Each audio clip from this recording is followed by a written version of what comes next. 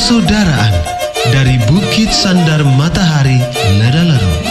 Kami menyapamu semua dalam senandung ucap salam dalam Sang Sabda. Bacaan Injil dan Renungan hari ini, edisi 4 April 2025, hari biasa Pekan Prapaskah keempat. Disusun dan dibawakan oleh Frater Rens Syukur SVD. Selamat mendengarkan.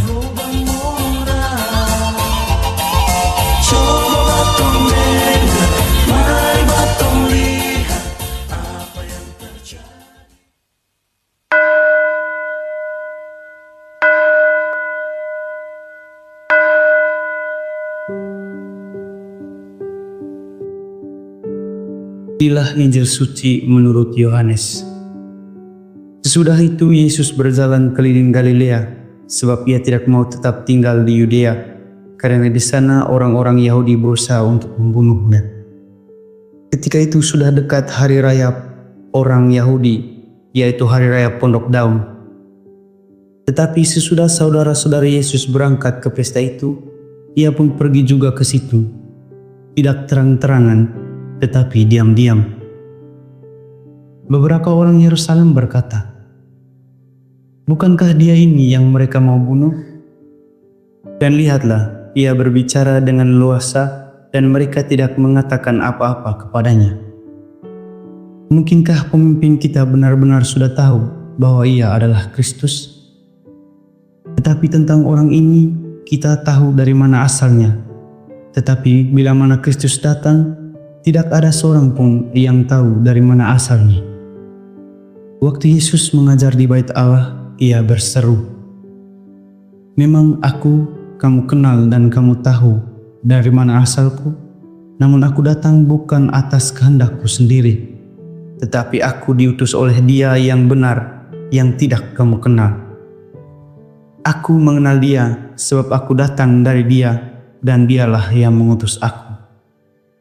Mereka berusaha menangkap dia, tetapi tidak ada seorang pun yang menyentuh dia, sebab saatnya belum tiba. Demikianlah Injil Tuhan.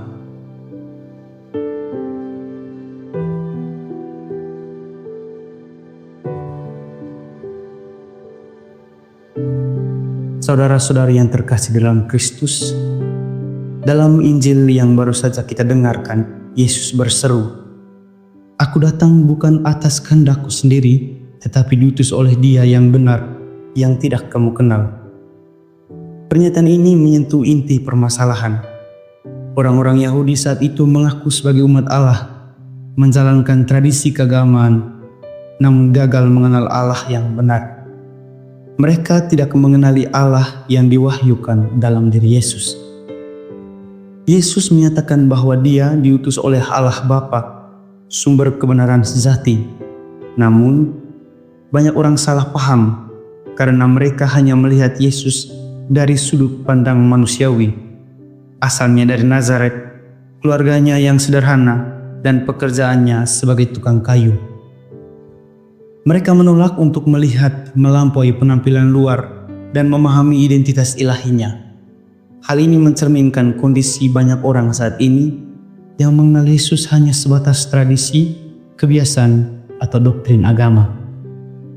Mereka tahu tentang Yesus, tetapi tidak benar-benar mengenal Dia.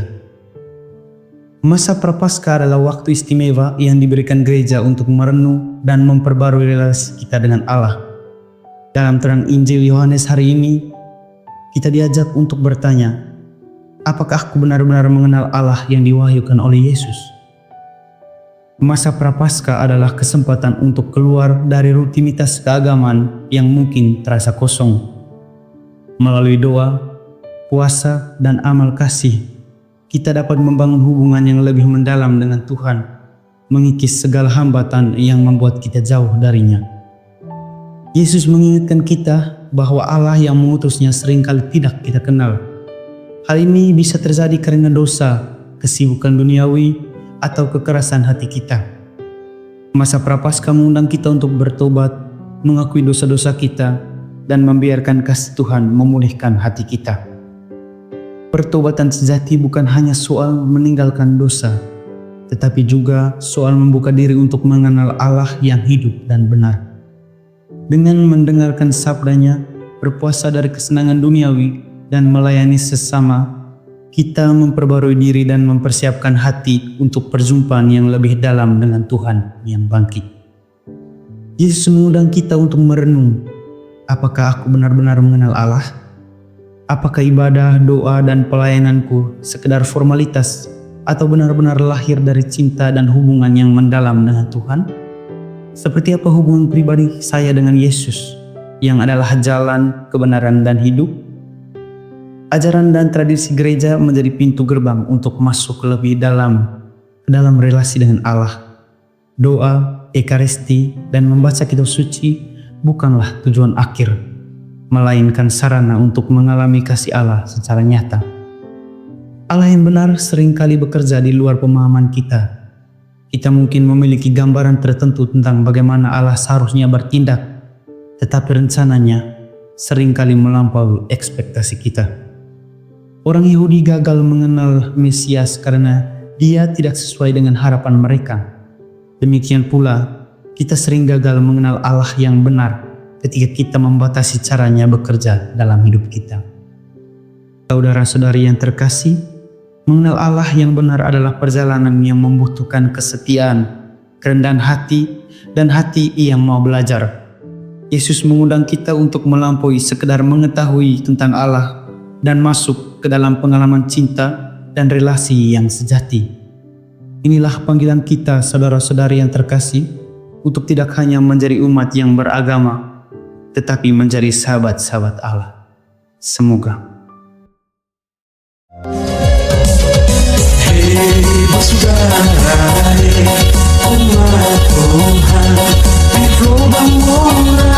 Sahabat-sahabat pencinta Sang Sabda, kita baru saja mendengar bacaan Injil dan renungan edisi hari ini. Sampai jumpa kembali pada edisi berikut. Terima kasih kepada Divisi Kerohanian website Seminari Tinggi Santo Paulus Ledalero.